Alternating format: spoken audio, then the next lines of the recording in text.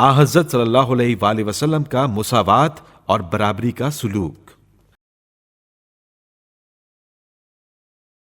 باوجود ہے کہ آن حضرت صلی اللہ علیہ وآلہ وسلم بادشاہ دین و دنیا تھے، لیکن غرور و تکبر سے کوسوں دور تھے۔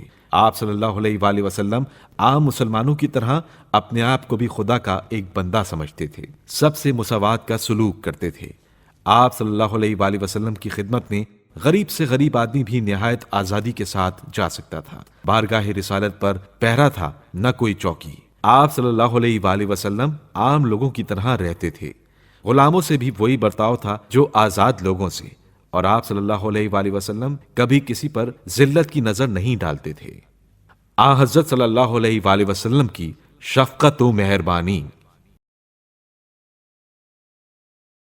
عام لوگوں کی طرح آپ صلی اللہ علیہ وآلہ وسلم کبھی غلاموں یا کنیزوں پر سختی نہیں کرتے تھے، بلکہ اس شفقت و محبت کا برتاؤ کرتے تھے کہ غلام اور کنیزیں آزاد ہو جانے کے بعد بھی آپ صلی اللہ علیہ وآلہ وسلم کے سایہ عاطفت سے دور ہونا نہیں چاہتے تھے۔ آپ صلی اللہ علیہ وآلہ وسلم نے ہمیشہ ان کے ساتھ آزاد لوگوں بلکہ عزیزوں جیسا سلوک کیا۔ ان کی عزت و وقت کو کبھی اس وجہ سے حقارت کی نظر سے نہیں دیکھا کہ وہ کنیز یا غلام ہیں۔ اس سے زیادہ غلام نوازی کی مثال کیا ہوگی کہ آپ صلی اللہ علیہ وآلہ وسلم نے اپنے غلام زید ابن حارثہ کے ساتھ اپنی پھپھی ذات زینب بنت جہش کی شادی کر دی۔ اگرچہ رواج و رسم عرب کی بنا پر لوگ غلاموں کو اپنے خاندان کی لڑکی دینا انتہائی ذلت سمجھتے تھے، لیکن آپ صلی اللہ علیہ وآلہ وسلم نے اس کی کوئی پرواہ نہیں کی۔ آن حضرت صلی اللہ علیہ وآلہ وسلم نے جناب فضہ رضی اللہ تعالی عنہ کو جب حضرت فاطمہ زہرا علیہ السلام کی کنیزے میں دیا تھا تو بیٹی کو یہ تاکید کر دی تھی کہ گھر کا کام ایک روز خود کریں اور ایک روز فضہ سے کروائیں، اور درد اور دکھ میں ان کے ساتھ ہمدردی کریں، کیونکہ فضہ بھی انسان ہے۔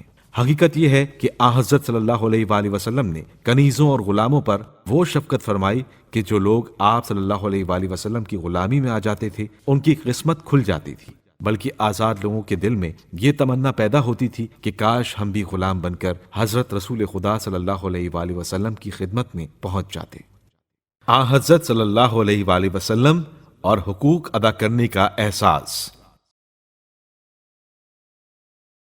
آن حضرت صلی اللہ علیہ وآلہ وسلم ہمیشہ اس بات کا خیال رکھتے تھے کہ جو حق کسی کا واجب الادا ہے وہ جلد از جلد ادا ہو جائے۔ حضرت ابو ذر غفاری بیان کرتے ہیں کہ ایک روز جو میں آن حضرت صلی اللہ علیہ وآلہ وسلم کی خدمت میں گیا تو آپ صلی اللہ علیہ وآلہ وسلم کو حد درجہ مضطر و پریشان پایا۔ اب رسالت کا مرتبہ مانے تھا کہ وجہ دریافت کروں، خاموشی سے واپس چلا آیا۔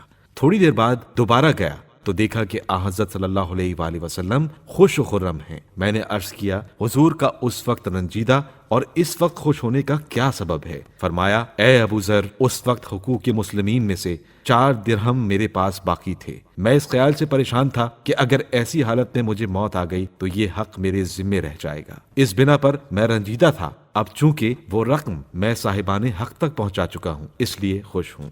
وصال سے کچھ روز پہلے آپ صلی اللہ علیہ وآلہ وسلم مسجد میں تشریف لائے اور تمام اصحاب سے مخاطب ہو کر فرمایا اگر مجھ پر کسی کا کوئی حق باقی ہو تو طلب کرے، تاکہ میں اس دنیا ہی میں اس کے مواخذے سے سبکدوش ہو جاؤں۔ ایک شخص نے کھڑے ہو کر کہا ایک بار آپ ناکے پر تشریف لے جا رہے تھے، آپ صلی اللہ علیہ وآلہ وسلم نے جب ناکے کو کوڑا مارنا چاہا وہ بجائے اس کے میری پشت پر لگ گیا، لہٰذا میں اس کا بدلہ لینا چاہتا ہوں۔ حضرت رسول خدا صلی اللہ علیہ وآلہ وسلم نے فوراً کوڑا منگوایا اور اس کو دیا۔ وہ بولا میری پشت تو اس وقت برہنہ تھی۔ حضرت رسول خدا صلی اللہ علیہ وآلہ وسلم نے پشت مبارک کو فوراً برہنہ کر دیا۔ اس نے فوراً مہر نبوت کو بوسہ دیا اور ہاتھ باندھ کر عرض کیا بس میرا مقصد اتنا ہی تھا کہ مہر نبوت کی زیارت کر کے اسے بوسہ دے دوں۔